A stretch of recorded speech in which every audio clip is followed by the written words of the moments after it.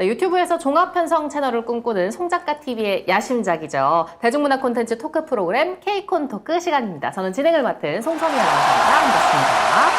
자, 그리고 오늘도 함께해 주실 두 분 소개하겠습니다. 평론계의 예언자 송명훈 작가님, 안녕하세요. 예언이 대부분 틀리고 있죠? 조금씩 호롱나고 있는 예언자. 자, 그리고 콘텐츠 읽기 안내자죠. 김성수 평론가님, 안녕하세요. 안녕하세요. 김성수입니다. 반갑습니다. 네, 반갑습니다. 예. 요즘 천사가 점점 이기고 있는 추세예요. 아, 그렇습니다. 오늘도 예. 좀 기대를 해볼 텐데 사실은 지난주에 K콘토크가 한 주 좀 쉬어가게 되면서 아쉬운 부분이 좀 있었는데 두 분 다 잘 계셨던 거 맞죠? 아니, 근데 진짜 송 작가가 없어서 네. 굉장히 아쉬운. 송 작가의 중요성을 알게 된 그런 한 주가 아니었나 이런 생각을 했는데 어떻게 되셨어요? 도대체 왜 베트남에 붙잡혀 있었던 거예요? 아, 이게 이제 그 이탈리아에서 오는 사람하고 어, 한국에서 가는 사람하고 중간에서 만나기 좋은 데가 어디냐? 어. 베트남으로 정한 거죠. 예. 근데 이제 두 나라 사람이 전혀 다른 나라에서 만난다고 하는 게 이게 타임 스케줄이 그렇게 잘 맞는 게 아니더라고요. 아, 그래서 이게 자꾸 이렇게 미팅이 좀 어긋나가지고 시간이 좀 걸렸고요. 특별하게 사고가 있었던 건 아닌데 생각보다도 일이 좀 길어져가지고 에이콘 토크를 못 하게 됐습니다. 그 잠깐 동안에 네. 잠적한 게 아니냐. 참석할 일이 내가 뭐가 있어? 저는 해외에 체류되시거나 그러니까 붙잡혀 가신 줄 알았어요. 뭐가 걸린 게 아니냐. 뭐 이런 얘기들이 있었어요. 소문이. 네, 뭐 그럴 만큼 중요한 인물도 아니고요. 김정은으로 오인할 수가 있잖아요. 그런 얘기는 좀 많이 듣겠어요. 속으로 이제 착하게 살아야 한다. 그래서 거기 가서는 이제 헤어스타일을 바꿨어요. 아, 그래요? 네, 아, 꽉 예. 눌렀습니다. 세우지 않고 오해 사기 싫어서. 다 나름 새해는 진짜 우리 그 송 작가 TV, 송 작가 몰 전부 다 잘 되기를 바라고요. 자, 오늘 송 작가 모레 네. 새로운 그 식구가 되셨어요. 네. 아, 그래서 우리 성수마트, 성수전빵이 예. 성수 전방. 예, 선수 전빵. 성수전빵이 송 작가 TV몰 제품들을 같이 오. 같이 런칭해서 판매를 공유하는 시스템으로 이제 오늘 들어가는 첫날입니다. 오늘 첫날입니다. 어디 가서 사셔도 가격은 똑같으니까 네. 송 작가 TV몰에서든 성수 전빵에서든 저희들 제품 많이 이용해 주시기 바랄게요. 네이버에서 성수 전빵 치시면 됩니다. 아, 전빵이에요? 네. 오. 전빵이란 말 모르나? 그 약간 뭐 구멍 가게 같은 느낌 그렇죠. 그런 건가요? 옛날 그러니까 송 구멍가게. 작가 몰은 큰 마트고 우리는 구멍가게. 그 앞에서 마치 편집숍처럼. 아, 야, 우리보다 구독자도 많으면서 저런 소리를 해요. 네. 약간 마트에서 떼어다가 파는 느낌인 그렇죠. 거죠. 네. 떼다 파- 하지만 가격은 똑같다는 같다는 거. 거. 알겠습니다. 성수 전빵도 많이 사랑해 주시고요. 사실은 저희가 한 주 쉬어가면서 지난 회차 거를 다시 보는 분들이 좀 있었나 봐요. 맞아요. 그래서 아바타2 관련해서 댓글들이 좀 많이 달렸는데 이번 예언은 뭐 좀 틀리신 것 같아요. 아니에요. 아니에요? 지금부터 이제 급격하게 점유율이 떨어지고 있습니다. 아직 끝내 놓지 않으셨네요. 그럼요. 아. 왜냐하면 극장 주인들도 이제 아바타를 내릴 수밖에 없을 거예요. 아, 그래요? 왜냐하면 3시간짜리를 걸어놓고 있는데 실제 관객 그 들어오는 숫자가 30% 미만 떨어지고 있어요. 그러니까 시간은 길어서 회차는 적은데 네. 사람들이 들어오는 평균적인 입장률이 떨어지고 있기 때문에 빨리 갈아타게 될 거고 뭐 역대 최대 흥행 이런 거는 기대도 못하고 네, 1000만에 근접하거나 살짝 넘는 정도에서 이 흥행 돌풍은 끝날 것이라 생각이 됩니다. 아니, 1000만을 살짝 넘어도 수익은 아마 역대급이 될 겁니다. 그러니까 회당 100단가가 높아요. 그렇기 때문에 뭐 이미 지금 손익분기점 15억 달러 넘었어요. 20억 달러 클럽에 들어갈 게 기정사실화되고 있고. 돈이 너무 쉽게 벌리는 거 같아요. 애들 좀 더 고생을 해야 되는데. 너무 쉽게 벌어가는 것 같습니다. 예. 지금 뭐 표절 얘기도 있고 우리가 얘기했던 작품성 문제에 대한 얘기 뭐 여러 가지 안 좋은 악평들이 달리고 있음에도 불구하고 블록버스터라고 하는 이 기득권으로 흥행을 몰아가고 있는 게 아닌가. 예. 매우 씁쓸한 상황이다라는 씁쓸하고. 생각이 듭니다. 사실 영화판에는 지금 아바타2를 대신할 만한 영화가 없다 이렇게 얘기를 하고 맞아요. 있는데 또 드라마 쪽으로 가면 좀 달라집니다. 그렇습니다. 예. 특히나 지금 제일 핫한 드라마 저희가 바로 데려왔죠. 바로 더 글로리. 넷플릭스에서 지금 뭐 세계적인 인기를 끌고 있는 상황이거든요. 그렇습니다. 지금 뭐 K 콘텐츠들 지금 제일 핫한 게 더 글로리랑 그다음에 아일랜드? 아일랜드. 네, 인 것 같아요. 아일랜드 같은 경우는 아마존을 통해 가지고 네. 런칭을 했는데 미국에서 지금 봤더니 오늘 날짜로 12위예요. 10위에서 살짝 내려가긴 했지만 그 선전이 놀랍습니다. 그리고 지금 더 글로리 같은 경우는 한국에서 1위를 계속하고 있고 네. 그리고 넷플릭스에서 그리고 전 세계 넷플릭스 지금 6위. 원래 그 9위로 딱 런칭하면서부터 심상치가 않았거든요. 바로 5위까지 치고 올라갔는데 지금 숨고르기를 좀 하고 있고 그런데 비영어권에서 점유율이 굉장히 높아지고 있어요. 비영어권에서는 지금 3위 그리고 아시아의 9개 나라에서 1등을 하고 있는 그런 상황입니다. 뭐 아시아 빨이죠. 아시아 빨. 워낙 그동안 이제 K 한류 드라마들이 깔아놓은 그 바탕이 있고 송혜교 정도 되면 진짜 동아시아에서는 어찌됐건 얼굴은 알아볼 탑이죠. 수 있을 네. 만큼 탑 배우기도 하니까 그 영향도 보는 것 같은데요. 만들기도 참 잘 만들었다 하고 어느 정도 인정해주고 싶은 드라마. 어머나! 오래간만에. 오! 그렇다고 안 깔 건 아니에요. 예. 까긴 깔 건데 예. 잘 만들었다고 인정해주고 싶은 드라마입니다. 실제로 평점이 지금 높죠. 넷플릭스에서 8.1이 나오고 있어요. 그 정도면 굉장히 그렇죠. 한건 아닌가요? 그러니까 로튼 토마토 같이 뭐 신선함을 다루고 있는 데에서는 아직까지 반응이 없지만 전반적인 만족도는 상당히 높다. 그게 뭘까? 오늘 여기서 분석을 해보시면 네. 아시게 될 겁니다. 사실 그 인기 비결 처음부터 좀 화제가 된 이유는 작가가 또 김은숙 작가입니다. 그렇죠. 사실 SBS 더킹을 실패하고 나서 김은숙의 시대를 간 거 아니냐 이런 맞아요. 얘기도 있었는데 네. 화려하게 다시 돌아왔습니다. 김은숙 작가의 복수극 기대가 많이 됐었거든요. 저는 이제 개인적으로 김은숙 작가 빠입니다. 진짜? 네, 그래서 오. 제가 김은숙 작가의 그 대사빠를 너무 좋아해요. 물론 제가 제일 좋아하는 드라마는 저의 어린 시절을 다룬 귀공자들 그리고 저의 지금을 다루고 있는 신사의 품격이죠. 아, 야, 남들은 이거 이어지네요. 진짜 신세계. 거기에 보면 이제 뭔가 그 남성적인 또 부자로서의 어떤 노블리스 오블리주가 있는 마초적인 기질의 남자들이 많이 등장을 하거든요. 네. 그러니까 대부분의 이 김은숙 작품의 핵심 주인공은 남자였다는 거지. 근데 사실은 저는 이제 김은숙 작가 하면은 떠오르는 거는 미스터 선샤인과 네. 도깨비가 아니었나. 그렇죠. 그러니까 저는 그러니까 이제 다 도깨비의 남자였어. 공유를 보면서 저를 보는 것 같은 느낌. 네. 그러니까 좀 부드럽고 섬세하면서 약간 잘 삐지고. 이거 욕 많이 그런- 먹겠는데? 뭐 귀공자들이랑 도깨비에다 난리 났네요. 예. 그러니까 그 김은숙 작가의 그 특별한 드라마 터그들이 좀 있어요. 그 사람이 원래 희곡 작가에서 시작했다는 거 아십니까? 예. 그러니까 희곡을 갖다 쓰던 사람이었는데 그러니까 글재주들이 굉장히 좋으니까 드라마 쪽에서 드라마와 영화 쪽에서 더 인기가 있었지만 지금도 연극 몇 편 써놓은 것들 김은숙 작가의 작품들이 대학로에서 아직까지도 상당히 사랑받고 있는데요. 그 드라마 터그가 굉장히 그 갈등 구조는 단순하고 선명한데 캐릭터들이 기가 막혀요. 네. 정말 매력적인 캐릭터가 지금 제가 그 연극 작품 중에서 정인이라고 하는 작품을 김은숙 씨가 썼는데 여기서도 여자 캐릭터인 정인이라고 하는 인물이 진짜 매력적이에요. 그러다 보니까 지금까지도 그 작품이 사랑받고 있는 거예요. 근데 남자 주인공이 굉장히 매력적이다 그리고 중심이다 이렇게 얘기하셨지만 실제로 김은숙 작가의 작품에서 오랫동안 기억나고 사랑받고 있는 여성 캐릭터들이 꽤 많아요. 그래서 김은숙의 작품은 진짜 어떤 면에서는 남자는 힘있게 뭔가를 끌어가는 그런 역할을 하지만 실제로 꼽히는 그런 독특한 어떤 인상들은 여성 캐릭터에서 많이 주죠. 아니야. 내가 봐서는 이 남성 우월주의적인 부분을 자극해주면서 네. 대부분의 여성 캐릭터는 민폐 캐릭터. 아, 남자 주인공을 무지 그 힘들게 하고 보기에 짜증나는 그거 있잖아. 이쁘고 귀엽고 착하긴 한데 왜 저렇게 살지? 왜 쟤는 저리서 저런 선택을 하지 않은 뭐 이런 것들이 주로 주 서사를 이루었었단 말이죠. 근데 도깨비의 김고은, 미스터 선샤인의 김태리 뭐 네. 이런 거죠? 김태리가 어디 민편이었습니까? 병원이가 많이 힘들었어.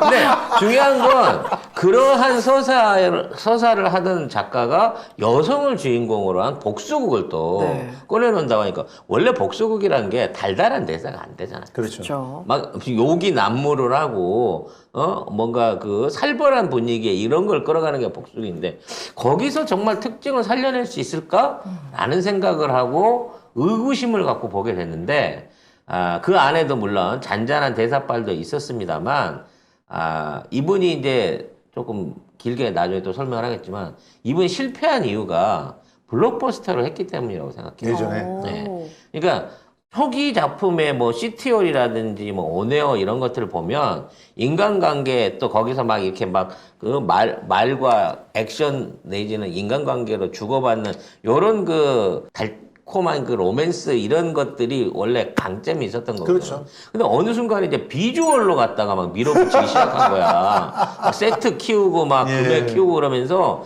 그 장점이 사라져버린 거야, 비주얼에.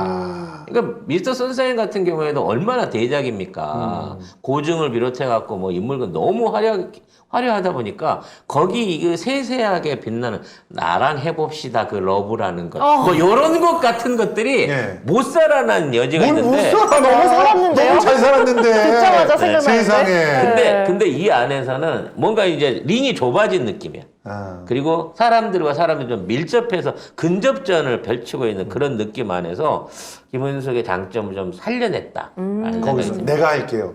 그 망나니. 뭐 이런 거. 예, 아, 내가 근데- 탈춤 출게요. 할게요, 망나니.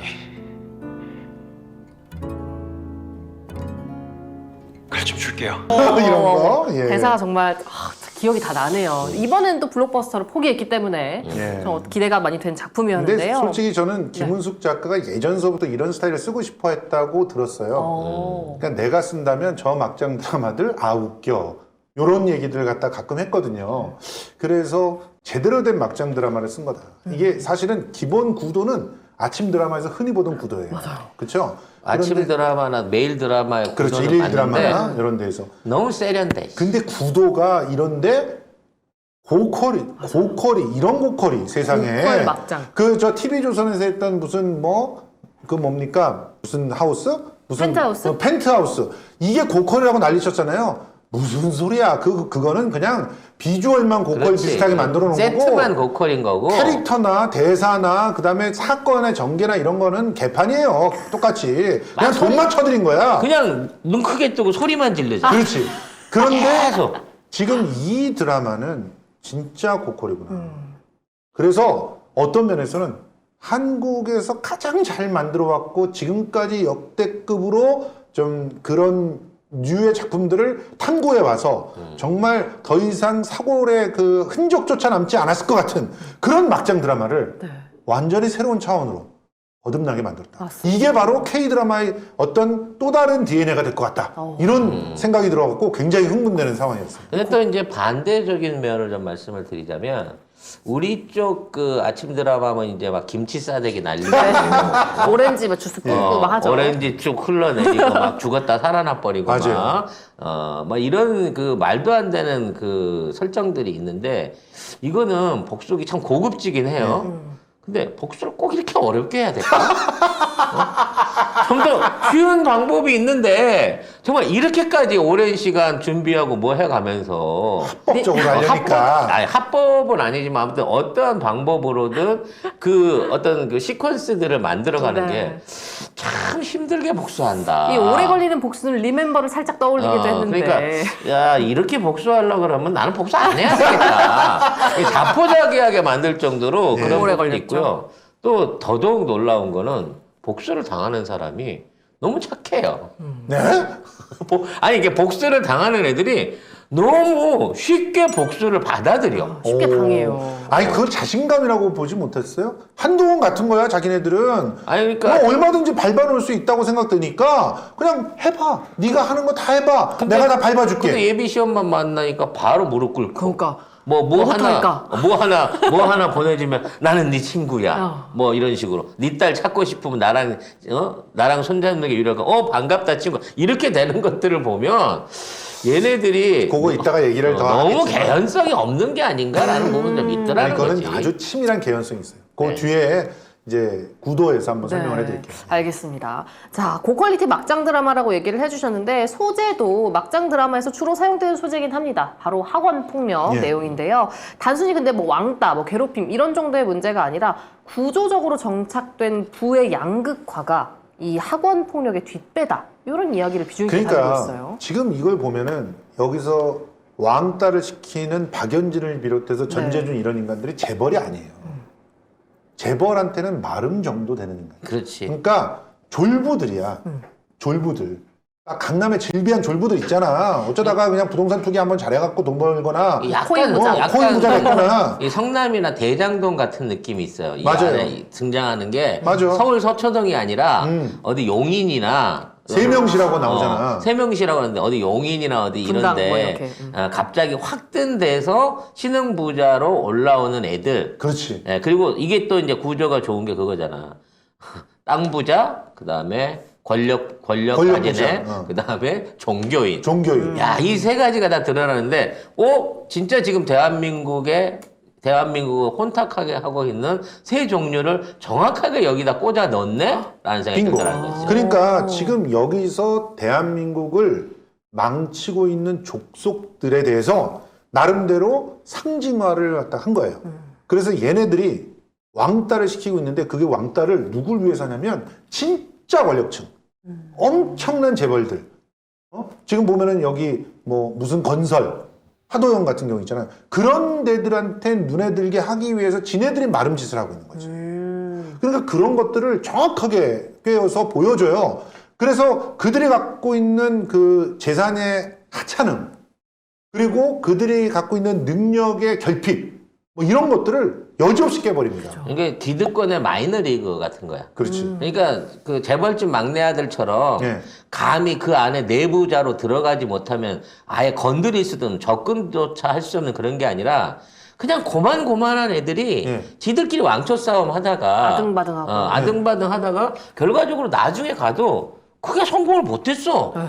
재벌집 딸인데 기상캐스터면 그게 성공이라고 볼 수 있는 그러니까 거야. 재벌집 딸이 아니라니까. 방송으로 그러니까 살아야죠. 졸부라는 거야. 그러니까 그 정도 수준인 거야. 어. 걔들이 잘 돼봐야. 어. 그렇기 때문에 복수의 대상으로 삼았을 때도 예. 얘네들이 이것밖에 안 되기 때문에 복수를 당한 거구나. 음. 쟤들이 없던 애들이 지들도 사실은 별거 아닌데 진짜 어려운 애들을 이런 식으로 학대하면서 지들 자기 만족을 얻었구나라고 하는 현재 만들어지고 있는 왕따의 진짜 구조를 보여준다는 거지. 맞습니다. 그래서 지금 이게 2004년에 출발하는 것도 굉장히 의미심장해요. 뒤에서 다시 얘기를 해보겠지만 지금 이 내용은 결국 이전의 막장 드라마들이 결정적으로 결격사유가 있던 게 뭐냐면 시대에 대한 고찰이었고 그 시대의 구체적으로 어떤 그렇죠. 시대인지를 몰라. 다 똑같아 그냥. 시대가 1900년대도 똑같고 2000년대도 똑같고 2010년대도 똑같아.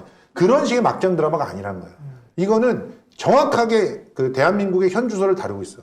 그래서 대한민국을 망가뜨리고 있는 핵심들을 갖다 딱 짚어내. 그 짚어내고 걔네들을 지금 공격을 하고 있는 거예요. 누가? 서민들이.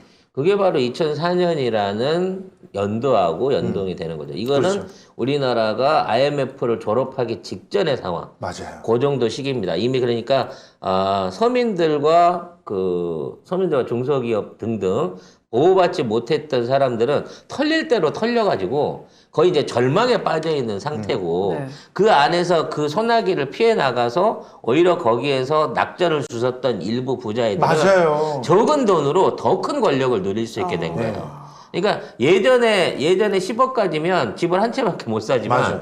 그 시절에는 10억까지 집을 세 채, 네 채 살 수 있는 그 정도의 어떤 간극이 벌어진 거죠. 그러니까 저는 잃지 않았을 뿐인데 주변에 있는 사람이 다 망하다 보니까 상대적으로 자기 권력과 재산이 커진 거고 또 이렇게 혼란하고 그 차별받는 상황 속에서 그러한 부분의 어떤 사회적 문제들이 아이들한테서 직접적으로 나타났다는 거야. 그러니까 지금 그때 당시에 끔찍했던 광고, 부자 되세요, 뭐 이런 광고들과 함께 그 연동이 되면서 그 시대의 우리의 그 수많은 기본적인 도덕들이 무너졌다고 보는 거예요. 가난이 2004년. 죄인 거죠. 어, 가난이 죄를 무능이 양산해 되는 놓은 거야, 그게.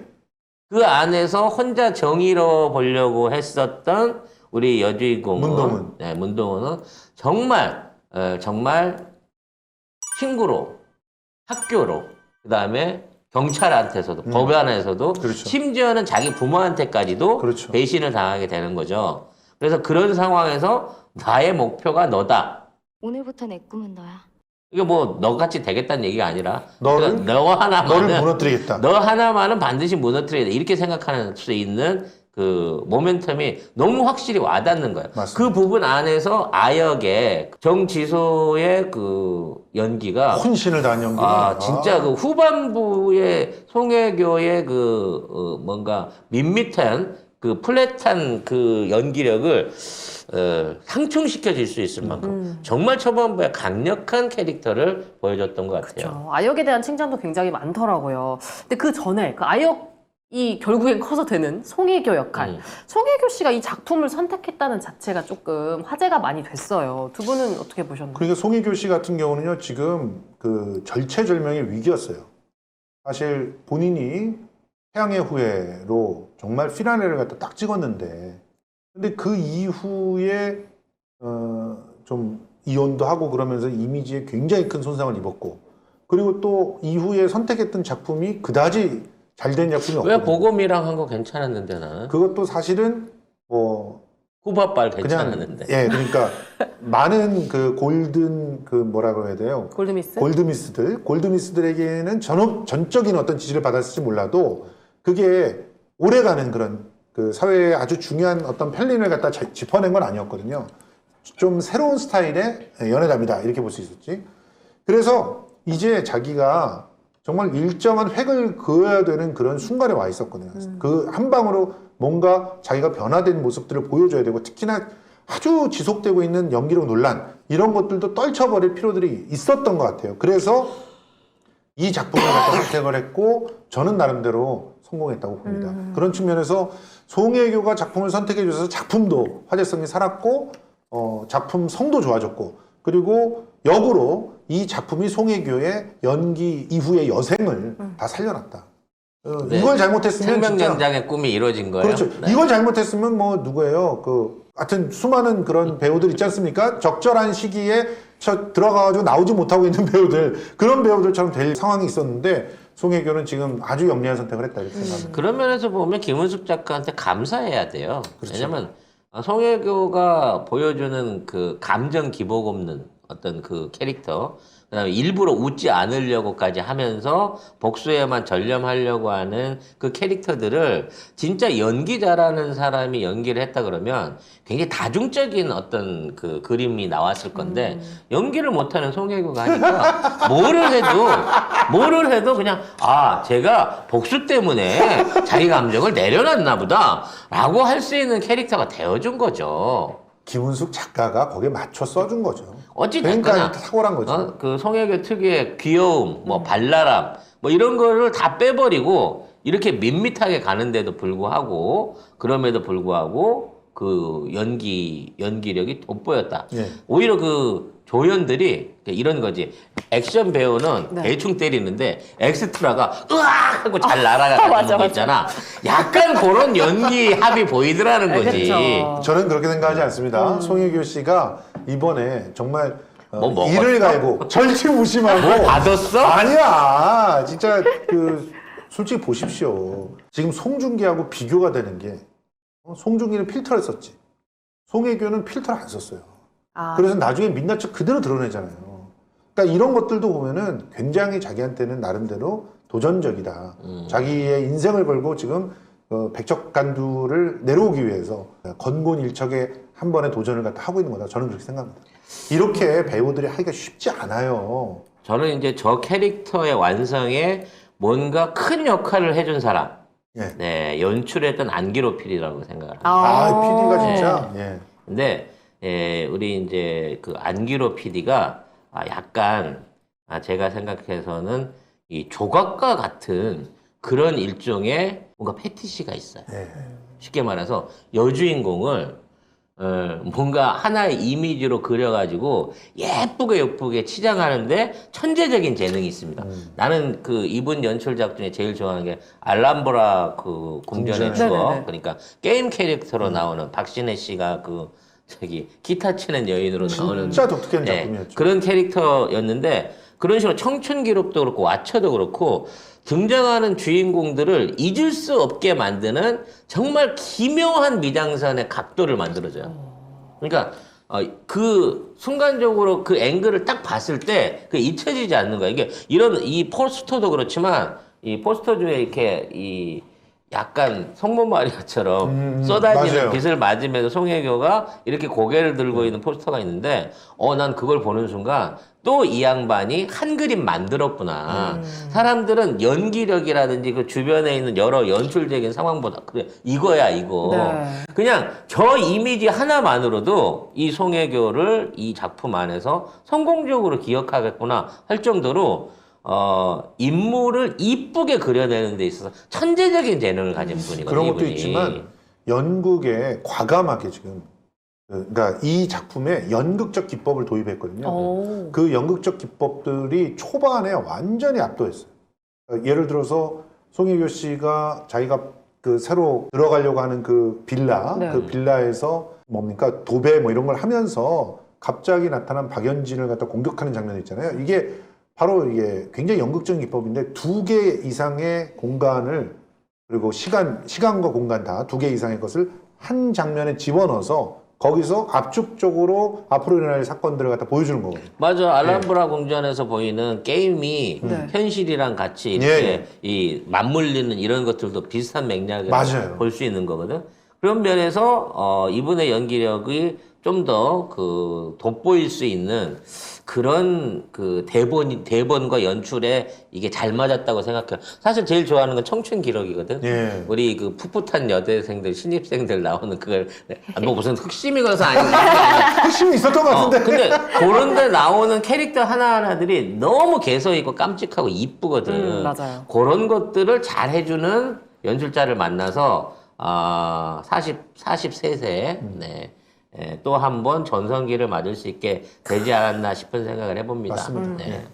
네, 송혜교 씨. 사실 캐릭터 분석은 저희가 잠시 후에 좀 더 디테일하게 나눠보도록 하고요. 간단하게 내러티브 비평을 먼저 이어가 보도록 하겠습니다. 아토스 크림은 보습에 좋다면 네. 아크네스 크림은 진정에 좋잖아요. 근데 이 두 가지가 네. 똑같은 성분 배합이 다 들어가 있는데 마지막에 딱 한 가지씩만 달라요. 뭐가 아토스 크림에는 네. 지치 뿌리가 들어가 있고 지치뿌리. 아크네스 크림에는 가자 열매가 들어가 있거든요. 아, 그래서 제가 네. 궁금해서 찾아봤어요. 네네. 왕실에서 쓰던 제품이 바로 지치뿌리라고 하는데 이게 항균, 항염에 효과가 정말 좋고요. 일단 아기들이 쓸 수 있을 정도면은 정말 순하고 괜찮은 맞아요. 저자극 케어라고 할 수 있죠. 그래서 아기 피부 발진에도 도움이 된다고 하고 아크네스 크림에는 가자 열매가 들어있습니다. 열독, 궤양, 염증에 효과가 있는 열매더라고요. 염증의 효과. 그러면 여드름. 네. 여드름도 염증이니까 여드름의 효과가 좋겠네요. 맞아요. 그러니까 열 빼는데 좋다는 건데 이 피부 노화의 원인이 되는 활성산소를 제거하는 역할도 한다고 네네네. 하고요. 노화의 원인은 없애야 돼요. 우리 그게 제일 관심이 그게 제 관심사죠. 최대 관심사. 네네네. 이걸 바를 때만큼은 이것만 믿고 가세요. 그냥 맞아. 한번 믿고. 맞아요. 한번 발라보시고 네. 왜 내 피부만 이렇게 직격탄을 맞는 거야? 세월과 경기에 무슨 소리야? 어디서 돌 날라. 너무 중요하죠. 우리 방송을 볼 네. 때만 좀 혜택이 네. 있어야 되니까. 네네네네. 원래는 송작가 TV 몰에서 네. 여러분들을 위해서 1+1 혜택을 드렸어요. 아, 왜냐면 나는 아토스도 써보고 싶고 아크네스도 써보고 싶고 이런 분들 네네네. 있잖아요. 원래 1+1 했는데 지금 저희 방송 중에는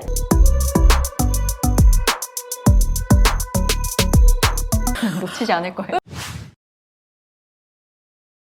갈등 구조만 보면 사실 좀 단순해요. 막장 드라마라고 말씀하셨던 것처럼 그냥 뭐 갈수록 뭐 서로 싸우고 복수극이지만 가면 갈수록 뭔가 숨겨진 것들이 있었고 그렇죠. 반전이 나타나는 약간 미스터리 스릴러 느낌인데요.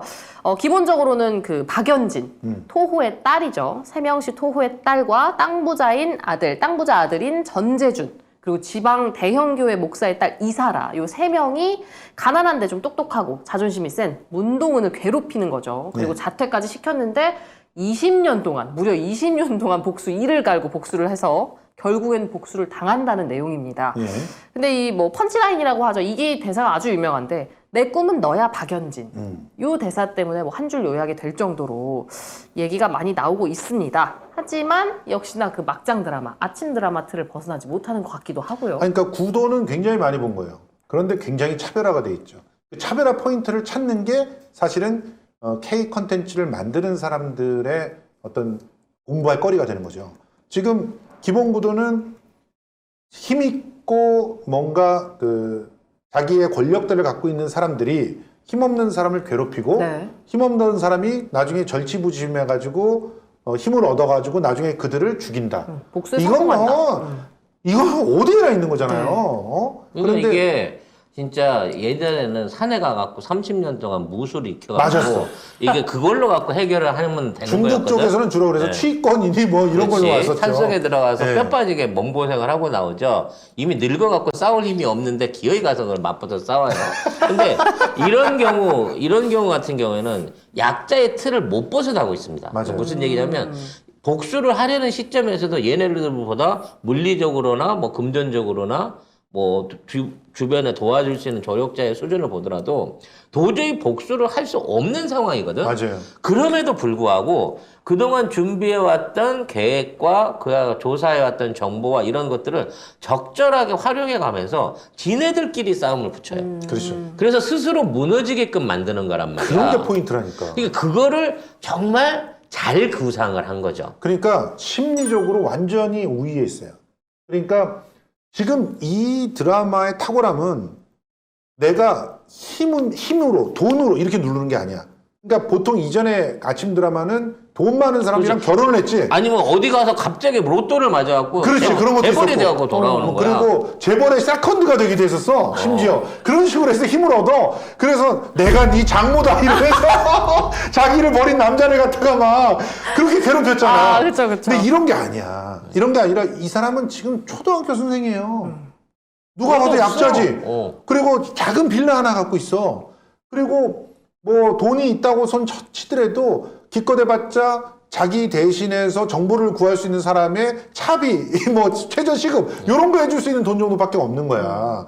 그래서 그가 할 수 있는 힘은 이 심리적인 그렇지. 어떤 그 분열을 일으키게 하고 거기에서 우위를 점하게 함으로써 그들 스스로 공포를 느끼고 스스로 자멸해가는 그런 모습들을 연출해내고 그리고 초등학교 교사를 했던 것은 그 중에 핵심 포인트. 누구한테나 약한 고리가 될 수밖에 없었던 아바타에서도 나왔지만 그 자녀, 아이. 예. 자식을 마치 이제 인질로 삼을 것처럼 구도를 만들어서 그게 이제 자기가 했던 거에 업보가 자식한테 돌아온다는 그런 생각이 들게끔 만들어서 긴장감을 확 긴장을 주죠. 주는 거죠. 그러니까 이런 구도는 차라리 미국 같았으면 그 자식을 막 뭐라고 한다고. 실제로 그렇잖아. 요람을 흔드는 소원 같은 경우는 자식을 갖다 죽이고 막 이러잖아. 근데 그런 게 아니라니까. 굉장히 교묘하게 스스로 자멸하게 만드는 이런 기법들이 특히 K 콘텐츠의 DNA가 있는 것이다. 그러니까 이제 그런 게 참 신선하고 재밌긴 한데 그걸 이제 고스란히 당해주고 있는 그 얘들이 악역들이 너무 착하죠? 악역들이 너무 착하다. 너무 쉽게 당해요. 막 업자들 우리 같은 업자들 보내잖아요, 바로. 예. 그죠. 아니면 뭐 검찰을 동원을 하든 형사를 동원해서 무슨 핑계를 만들어 갖고 작사를 낼 텐데 그렇게 안 하고 그 심리전에 동참을 해준다는 거지. 그런 면에서는 재미는 있지만 이게 현실적으로 가능할까라고 하는 부분에서 조금 개연성은 조금 생각을 해보게 되는 부분이 있는 것 같아요. 업자를 보내긴 보냅니다. 그렇지만 굉장히 중요한 또 포인트가 나오는 게 세상이 달라졌다, 연진아. 경찰이 그렇게 세상이 바뀌었어요. 예전 같았으면은 박근혜의 사촌 동생들 어떻게 죽었는지 오촌 그죠? 동생인가요? 네. 어떻게 죽었는지 아시지 않습니까? 50kg짜리 네. 동생이 120kg짜리 동생을 네.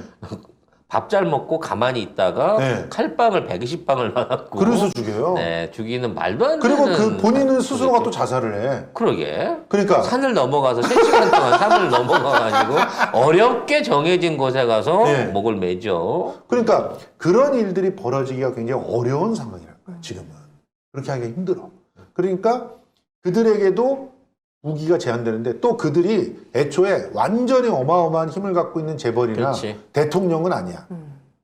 그러니까 또 제한된 그런 것들이 있는 거죠. 그래서 이 드라마를 보는 데 있어서 핵심은 지금 어마어마한 그런 권력과 싸울 수 있는 힘이 우리 약자들한테도 있다. 특히 약자들의 연대를 갖다가 잘만 만들면 된다라고 하는 그런 메시지도 중요하지만 실제로 우리가 공격해야 될 주타방이 거기가 아닐 수도 있다는 얘기. 예를 들어서 우리가 미스터 선샤인에서도요. 진짜 나쁜 놈은 마름이었잖아요. 그 마름들이 한 몫씩 챙겨갖고 지금 막 재벌이 돼 있고 그런 거 아닙니까? 네. 실제로 2004년도 그때 얼음에서도 독보석같이 자라는 마름들이 있었던 거야. 그 IMF의 피해를 자기네들이 피해 나가는 거에 그치지 않고 약자를 갖다가 쫙 쪽도 빨아먹고 그들을 갖다가 더 짓밟아서. 사채하고 예. 추심하고 그렇죠. 금 팔고 뭐 그렇죠. 이런 거 했던 싸게 부동산들 피눈물 나 경매로 후리고 이런 거에서 돈 벌었던 애들이 있거든요. 그런 애들 중에 대표가 최은순이야. 그렇지.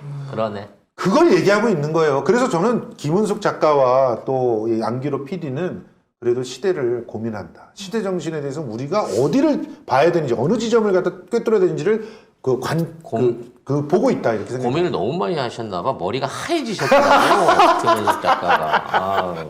알겠습니다. 네. 들여다보고 있으면 조금 단순한 구조로 볼 수도 있지만 여기에다가 조력자인 형남이 등장을 합니다. 예. 그러면서 속도가 조금 조절되는 듯 보이거든요. 이 부분은 어떻게 보셨어요? 그러니까 조력자 쪽이 들어오면서 갈등 구조가 복잡해져요. 그러니까 아주 심플하던 갈등 구조에서 조력자들이 주여정도 네. 그렇고 형남도 그렇고 이 조력자 그룹들이 이렇게 확충되면서 조력자들이 왜 하필이면 그 송혜교를 갖다 돕느냐 이런 것들이 이제 그 초미의 관심사가 되고 그거를 풀어나가면서 또 그 캐릭터를 갖다가 더 완성을 시켜주기 때문에 그런 측면에서 굉장히 그 흥미로운 그런 그 가지들을 역시 김은숙답게 잘 만들더라. 김은숙은 처음에 아주 뼈대만 딱 놓고 막 빠르게 막 몰아가다가 어느 중간쯤 되면 한 4회쯤 되면 그때부터 하나씩 가지를 더 칩니다. 그게 예. 도저히 그 뭐랄까 이뻐하지 않을 수 없는 상큼한 조연들을 만들어내거든요. 그렇죠. 무슨 네. 신사의 품격 김메아리 같은 애. 그렇죠, 그렇죠. 뭐 이런 그 강한 캐릭터를 만들어내는데 지금 이번에 그 등장한 형남은 네. 지나쳐. 뭐가 지났죠? 아니, 매력이? 슈퍼. 그냥 능력에서부터 그 안에서 그걸 이끌어가는 어떤 무게감이 난 솔직히 송혜교보다 형남이가 더 많이 보이더라고. 그게 왜냐면 그 최근에 그 재벌집 막내 아들도 그랬지만 그 어떻게 보면은 좀 시대에 대한 고민과 또 지금 현재 사회에 대한 불만들을 좀 품고 있는 그 작가들한테 공통적으로 관철되는 게 서민들이 왜 능력이 없어? 기회만 주어지면 훨씬 더 잘해. 또 지금 집에서 부엌대기가 돼 있다는 여성들 왜 능력이 없어? 기회만 주어지면 훨씬 더 잘해. 이런 것들을 그려내는데 적극적이에요. 저희 형남이 같은 경우도 가정폭력과 또 돈벌이와 이런 것들을 다 혼자서 육아와 이걸 다 혼자서 지고 있었잖아. 근데 그 중에 하나를 터주니까 오히려 자기의 개성을 찾아나가면서 삶에 대한 만족도가 높아지는 그런 모습들을 보여주잖아요. 근데 도대체 형남이네 그 후불은 일부에도 해결을 안 해줬으니 도대체 그 남편을 언제 죽여주는 거야? 나는 최소한 일부가 끝나가기 전에 예. 어떻게 죽일 거다라는 정도의 준비 작업 정도라도 보여줄 줄 알았거든요. 예. 끝까지 아무것도 안 해줘요. 그냥 딸내미 유학 보내주겠습니다 말고는 아무것도 안 한 상태에서 계속 주워 터지고 있는 거야, 가정에서는. 그렇지. 그런데도 불구하고 자기는 신나가지고 너무 열심히 이 문동훈을 돕는 조력자 역할을 너무 성실하면서 너무 완벽하게 해내는 거야. 그래서 나는 이 사람이 반드시 나중에 어떤 변수가 될 것이다. 저 음모론 또 저 음모론. 단순하게 그냥 조력자로 끝나는 게 아니라 이 사람이 뭔가 정말 우리가 상상하지도 못할 그런 뭔가 특별한 캐릭터 내지는 사건을 일으켜가지고 네. 극적 반전을 만들어낼 사람이다. 이게 뭐 라는 의심이 들어요. 언더커버 뭐 국정원이야? 그럴 수도 있고요. 네. 여러 가지 형태의 숨은 비밀이 네. 앞으로 기대되는 캐릭터라는 생각이 드는데 연기 너무 잘하시더라 그러니까. 배우님이. 아무튼 이렇게 그 하나씩 새로운 그런 인물이 나오고 그 인물의 구도가 이렇게 형성이 되면서 잔재미들이 발생하고 그런 것들이 삶의 윤기를 주면서 이제 그 주인공인 문동은의 표정이 달라지고 네. 그리고 문동은 자체도 이 연대를 통해서 희망을 갖게 되잖아요. 그러니까 주여영 같은 경우도 마찬가지 역할을 하는데 주여영 같은 경우도 본인이 정말 지옥 속에 살고 있는 사람이에요. 그 어떻게 보면 사이코패스 때문에 그냥 일생이 송두리째 망가져버린 그런 사람이지 않습니까? 겉으로 보기에는 화려해 보여도 그 안에서 이렇게 고통을 갖다 갖고 있는 사람들이 있다는 것을 놓치지 않는 그런 작가의 또 나름대로의 그 셈법이 굉장히 긍정적으로 보였습니다. 유쾌한 복수극 같은 생각이 들어요. 이게 뭔가 복수극이 막 진중하고 막 심각하고 막 이런 게 아니라 그냥 복수를 하는데 재밌어. 그리고 아직까지는 특별 뭐 이제 물론 중간에 하나 맞아 죽은 놈도 있긴 했지만 특별하게 뭐가 이렇게 막 그 고어물이나 살인물처럼 폭력적인 장면이 많이 나온다든가 이런 게 없단 말이거든. 근데 이걸 왜 19금을 걸었는지 난 그게 더 이해가 안 가. 그 장면이 좀 군데군데 있긴 있죠. 예. 그러니까 그런 뒤지는 거? 아니 그런 것도 있고 뭐 선정적인 장면들도 좀 있고 그러니까. 전혀 안성적이지. 일단 어린 학생들을 괴롭히는 그런 장면들 자체가 그렇죠. 19금으로 돌린 것 같아요. 그렇지 학생들의 어떤 그 정서를 생각해갖고 19금으로 돌릴만 하긴 한데 과연 요즘 고등학생은 저걸 안 봤을까? 다 봤죠? 네, 나도 다 봤을 것 같아. 엄마 아이디, 아빠 아이디 다 봤죠. 네. 네. 자, 그러면 캐릭터들을 좀 본격적으로 살펴보겠습니다. 일단 극찬을 해주신 김선수 평론가님이 굉장히 좋게 보셨는데 문동은이라는 캐릭터 예. 어떻게 보셨나요? 일단 뭐 주여정도 마찬가지지만 처음엔 좀 비현실적이다라고 느꼈는데 점점 그녀들에게 설득이 됩니다. 그렇습니다. 제가 전화 한 통화 잠깐 받아야 될 것 같아요. 여보세요. 안녕하세요, 김성수입니다. 예, 그렇습니다. 새해에도 K컬처의 힘은 여전할 것 같은데요. 일단 더 글로리라고 하는 드라마가 지금 넷플릭스에서 전 세계 지금 현재 6위 그리고 서울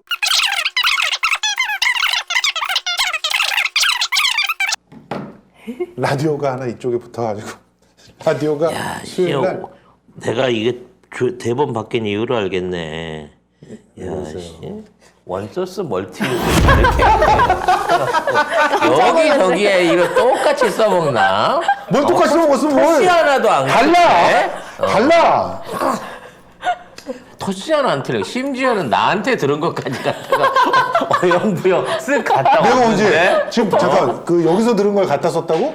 어디 그런 게 있지? 2004년 그거 슬쩍 갖다 쓴 것 같은데. 2004년 원소스 멀티유즈. 아니 그거는 똑같은 생각을 하고 있었기 그럼. 때문에 아니 문동은 캐릭터는 저는 진짜 비현실적이라고 생각해요. 일단은 그렇게 어려운 상태에서 이런 고통을 당한다면 솔직히 무너지기 쉽죠. 그냥 무너질 확률이 네. 더 높고요. 그리고 부모한테 배신당한 게 제일 크잖아요. 네. 나는 그 장면에서 진짜 너무 눈물이 나더라. 그럼 회복할 수 없는 상처죠. 자기가 가장 믿고 있는 게 부모라고 볼 수 있는데 그들이 오히려 돈을 받고 방을 다 패고 자기 옷이라든가 공부할 수 있는 교재까지 전부 다 처박아 버리고 가버리잖아. 이런 모습들은 진짜 절망의 심연에 떨어지게 하는 네. 극야라는 표현이 너무 진짜 기가 막힌 표현이었는데 그 극야에 노출되어 있는데도 정신을 챙기고 그거를 이제 극복하기 위해서 하루에 윤석열이 좋아하는 16시간씩 이렇게 노동을 해가지고 그걸 극복해 나가는 모습을 보면서 윤석열은 더 흐뭇해할 것 같은데 그런 부분들의 위험성을 빼면 문동은이 문제를 해결하려고 하는 그런 정면 도전의 정신력 이런 것들은 정말 돋보였고 주여정 역시 아주 그런 부분에서는 비현실적이면서도 네. 또 돋보이는 캐릭터였다고 볼 수 있는데 나랑은 못 살아요. 매일매일 이 살인자가 자기 아버지를 구체적으로 죽인 장면을 다 묘사를 하면서 뭘 보내면 이건 자 가서 죽이고 말지 못 살 것 같아. 근데 저렇게 여유 있는 표정과 함께 일상을 유지하면서 미래에 걔를 죽이겠다고 준비하는 이런 인물 굉장히 비현실적이지만 존재했으면 좋겠다는 생각도 듭니다. 저도 비현실적인 면을 보는데 둘이 끌릴 수밖에 없는 공통점을 갖고 있어요. 즉 자신의 마음을 완전히 따로 담아놓은 상태에서 밖으로 꺼내는 가면을 쓰고 생활한다는 거죠. 그러니까 저 친구는 이제 아버지에 대한 복수심, 분노, 범인에 대한 분노 때문에 집에 칼을 쑥 깔아놓고 늘 찌르는 이미지네이션을 하잖아요. 내가 보기에 후반기 나중에 이제 하반기 가면 얘가 킬러가 될 것 같아. 그러니까 느낌적으로. 그렇게 얘기하잖아요. 그리고 그 다음에 이제 동훈이 같은 경우에는 나는 웃지 않아라고 얘기하는데 둘이 만나갖고는 막 좋아갖고 깔깔대고 웃는 모습을 처음 보여주거든. 그러니까 이런 사람들끼리 서로 끌리는 그런 어떤 연결점이 있다는 거야. 나도 그런 거를 느껴본 적이 있거든요. 오. 그러니까 내가 너무 힘들고 어려울 때 네. 누구한테도 마음을 주지 못할 때 나랑 비슷한 처지에 있는 사람한테 확 빨려드는 일종의 이제 소수자 연대. 소수의 연대가 만들어지는 그런 느낌을 가졌거든요. 그래서 그런 연대를 통해 갖고 탄탄해진 관계의 사람들이 지금 거대 기득권을 향해서 복수를 하고 그렇죠. 있는 드라마예요. 다만 우리가 흔히 알고 있는 일반적인 복수극 안에서 있었던 뭐 무차별적인 폭력이나 이런 것보다는 진짜 그 사람들을 말려 죽이겠다는 얘기를 그렇죠. 하잖아. 이게 심리적인 게임을 통해 가지고 그 사람한테 정신적으로 이게 돈을 뺏거나 육체적으로 고통을 주는 거는 복수가 아니라는 거지. 정신적으로 고통을 줄 수 있는 그런 복수를 기획해내고 실행해 나간다. 정말 어떤 드라마니까 가능한 거지만 정말 멋진 인생이 아닌가라는 생각이 들어요. 나는 뭐 선악의 구도나 뭐 이런 그 사람의 행복 이런 걸 떠나서 얘는 일종의 달인이다, 도인이다, 성인이다라는 생각이 들어. 두 사람 다. 그래서 난 이 복수가 정말 후련하게 성공했으면 좋겠어요. 실패하지 솔직히 않고. 저는 약간 그런 게 감정이입이 되던데 조민 씨나 뭐 또 우리 한동훈한테 그 완전히 난자당하고 있는 그런 뭐 우리 제보자 X나 이런 사람들이 화끈하게 저렇게 연대를 해가지고 발라버렸으면 좋겠다는 그런 기대를 하면서 이걸 갖다 보게 됐어요. 제가 옛날에 이제 인디안 복수법이라는 게 있어요. 네. 그게 뭐냐면 내가 복수를 해야 되는데 직접 하면 티나잖아. 네. 그래서 바꿔서 하는 거야. 서로 해주는 거예요. 해주는 복수를? 거지. 대리살인. 오. 이게 있어요, 실제적으로. 그러면 이런 경우에는 직접적인 범죄의 연관성을 찾을 수가 없기 때문에, 범위를 못 찾거든? 근데 이 멤버가 다 모여주면 이 별표처럼 연결이 되는 거야. 그래서 이러한 방식의 어떤 그 사회적인 연대와 복수 같은 것들이 어쩌면 앞으로, 또 등장하게 되는 어떤 그런 아이디어를 주는 드라마가 되지 않을까라는 면에서 사회적 파장도 난 있을 수 있다고 그러니까 봐요. 다시금 지금 자력구제 드라마들 쭉 쏟아질 것 같아요. 네. 지금 뒤에 기다리고 있는 게 모범택시 2가 또 있거든. 아. 이런 것들이 들어오면서 진짜 이제 법 얘기하는 작자들의 그렇지. 주둥이를 다 법대로 꿰매고 합시다. 싶은, 뭐 정말 이건 안 된다는 거지. 그러니까 그런 사회잖아 지금. 솔직히 말해서 대통령이 제일 자유 얘기 많이 하는데 자유를 다 억압하고 있고 법 얘기 제일 잘하는 법무부 장관이 법은 다 어기고 있잖아. 공정 얘기한 정보가 공정한 건 하나도 안 하는 그렇죠. 이런 세상이잖아. 우리도 그러니까 자력구제 해야지. 해야 되는 세상이 우리가 힘을 합해서 거지. 그냥 끌어내립시다. 예. 두 분이 오랜만에 단합하는 모습 정말 보고 싶습니다. 우리도 지금 소수자 연대예요, 사실은. 비주류 연대고, 지금. 의견이 오랜만에 통했어요. 끝나고 술 한잔 합시다. 빨리 마무리하도록 하죠. 네. 네. 자, 그럼 이번엔 박연준과 전재준 캐릭터 좀 살펴보겠습니다. 빌런은 빌런인데 정말 있을 법한 빌런이다라는 얘기를 듣고 있습니다. 그러니까 그 박연진, 캐릭터는 어떤가요? 전재준 같은 경우는 네. 진짜 마치 눈앞에서 걔네들이 왕따를 시키는 걸 보고 적은 것 같은. 진짜 이런 캐릭터들 사건, 사고 다루고 있는 그런 르뽀나 이런 거 보면은 정말 많거든요. 걔네들이 살아있는 것 같아. 저는 박연진 같은 캐릭터는 못 봤지만 전재준은 많이 봤습니다. 남자들 사회에서 많이 봤지. 오. 진짜 많아요. 거의 매일 봤습니다. 그래요? 네. 꼭 한 명씩 있구나. 거울 속의 제가. 셀프 전재준이었군요. 한때 거울 속의 제가 전재준이 아니었나라는 반성을 하게 만들 정도로 외모만 다른 전재준. 어? 네. 옛날엔 달랐다고. 아, 예. 예. 아무튼 그런 느낌이 있었어요. 근데 제가 반성했듯이 변명이 아니라 저런 생활에 이렇게 빠져 있잖아요.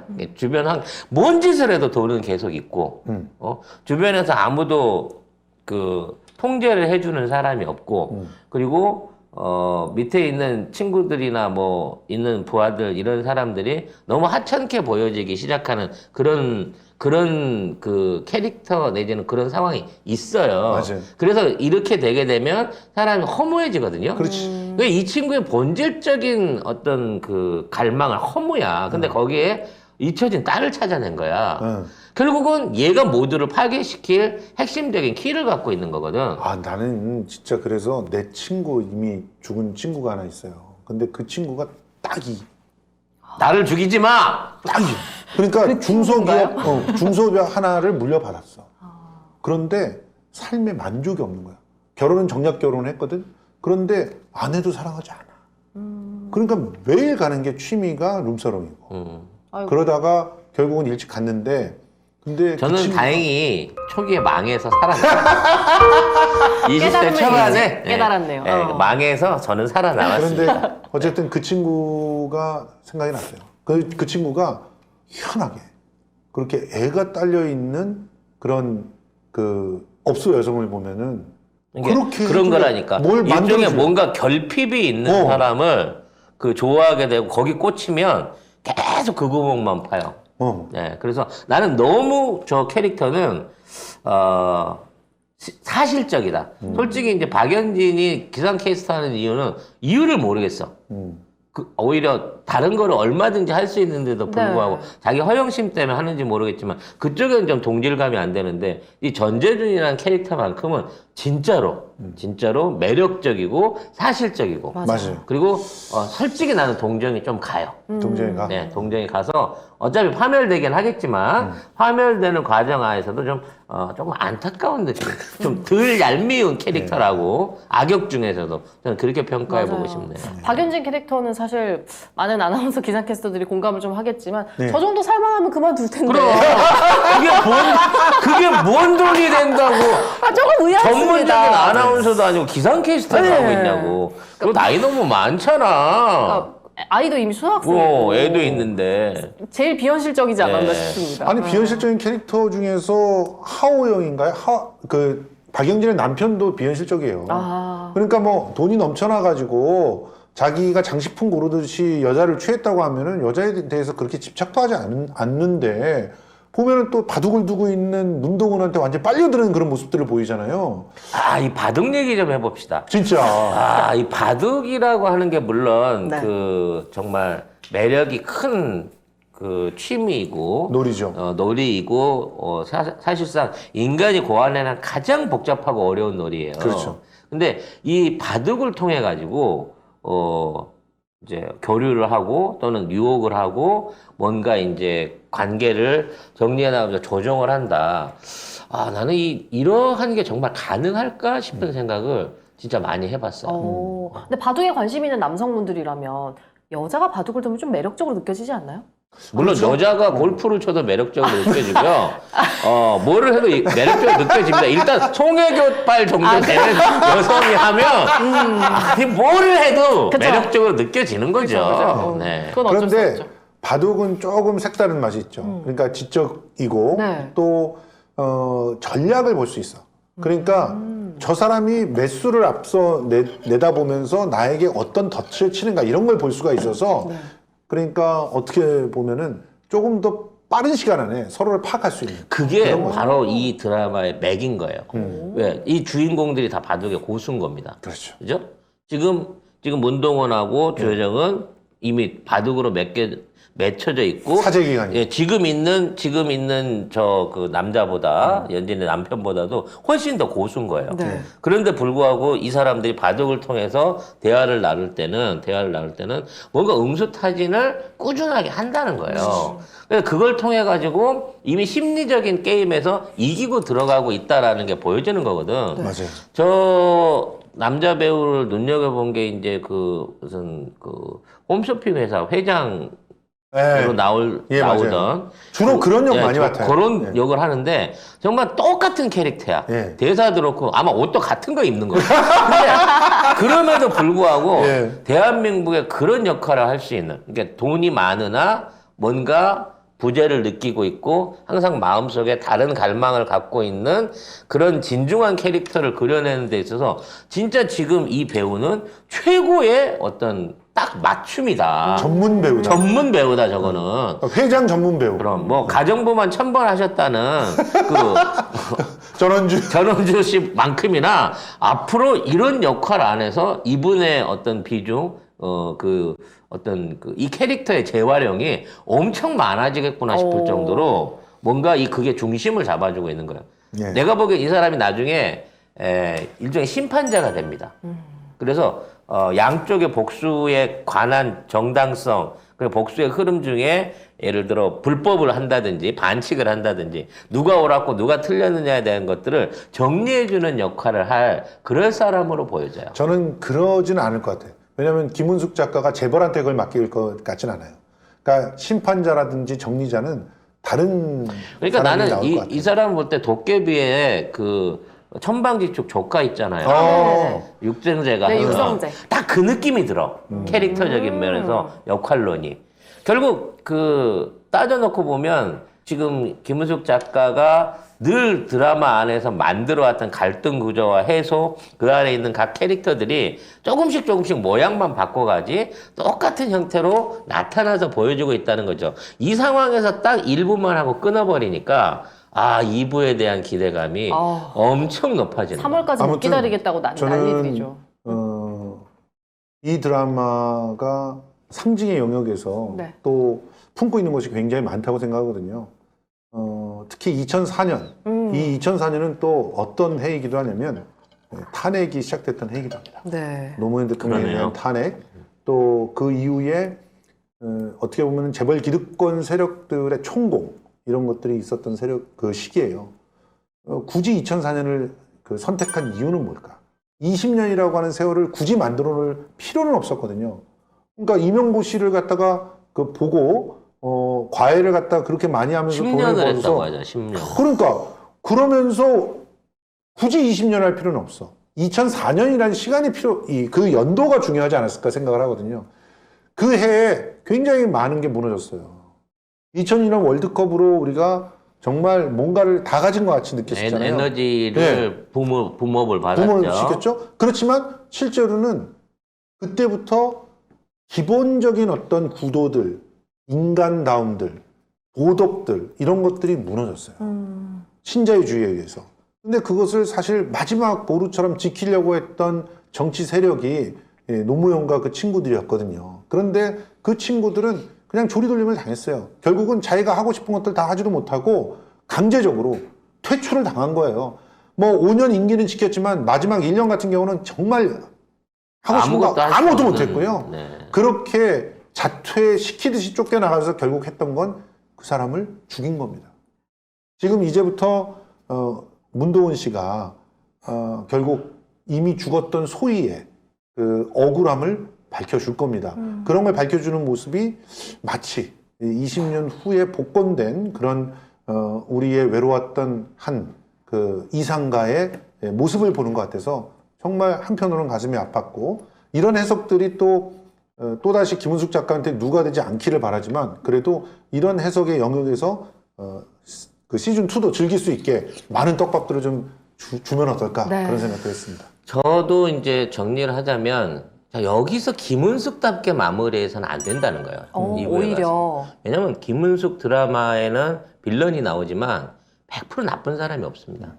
나중에 다 뭐 용서받거나 화해하거나 다 좋아져요. 여지를 주더라고요. 늘 여지를 주고서 가는 거거든. 근데 이번만큼은 복수국이기 때문에 처절하게 파멸당해서 그 얘네들이 용서를 구해도 용서받지 못하고 처절한 구덩텅이 안에서 완전히 그냥 갈갈이 찢어지는 결말을 보고 싶은데 이 양반의 루틴이 마음이 순하셔가지고 다 용서를 해줘 버린단 말이야. 다 살려줘 버린단 말이야.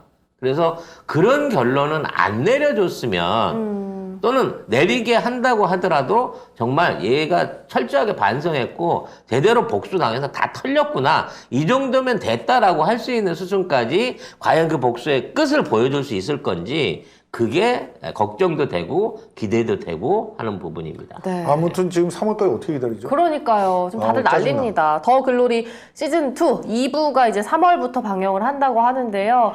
아직 1부 못 보신 분들도 있는데 그런 얘기가 많더라고요. 1부를 빨리 봐라. 아니다. 2부가 나오면 몰아봐라. 기다리는 시간이 너무 저는 길기 사실 때문에. 몰아보라고 권하고 싶습니다. 차라리. 네. 솔직히 말해서 저도요 넷플릭스의 상술에 놀아나지 말고 그냥 일부러 니들 이렇게 상술하지 그러면 일부러 가입 안 하고 가입 뺀다 이러면서 좀 이런 협박을 하는 거예요. 이런 마케팅 좀 하지 않았으면 좋겠어요. 그죠? 진짜 기다리는 다 시간이. 만들어놨는데 그걸 갖다가 뭐 새로 뭐 고칠 거야? 그것도 아니잖아. 그런데 그러게. 이런 식으로 그냥 감질만하게. 그나저나 오늘 저기 마무리 짓는 입장에 네. 우리가 이 얘기를 해야 되나 말아야 되나라는 부분이 있는데 송혜교 씨는 어떻게 그렇게 하는 작품마다 연상과 연하를 안 가리고 있대. 정말 획일적으로 계속 스캔들을 내실 수가 있는지 그게 그녀의 사랑이 엄청난 많은 매력인 것 건지 매력이 많은 건지 지금 이해가 또 안 돼요. 스캔들이 났어? 이도현 씨하고 또! 또 네. 조금 나긴 했는데 뭐 아직 구체적으로 인정은 안 하고 있지만 지금까지 전례에서 주인공이랑 스캔들이 안 나본 적이 없는 사람이잖아. 또 쿨하게 인정도 잘한다. 우리 혜교 언니는. 네. 그 심지어 결혼까지 했고. 그렇죠. 네. 이번에는 부디 그 결혼할 때 그때 송중기 이후부터 네. 어느 순간에부터 연하남 킬러가 돼가지고 그죠.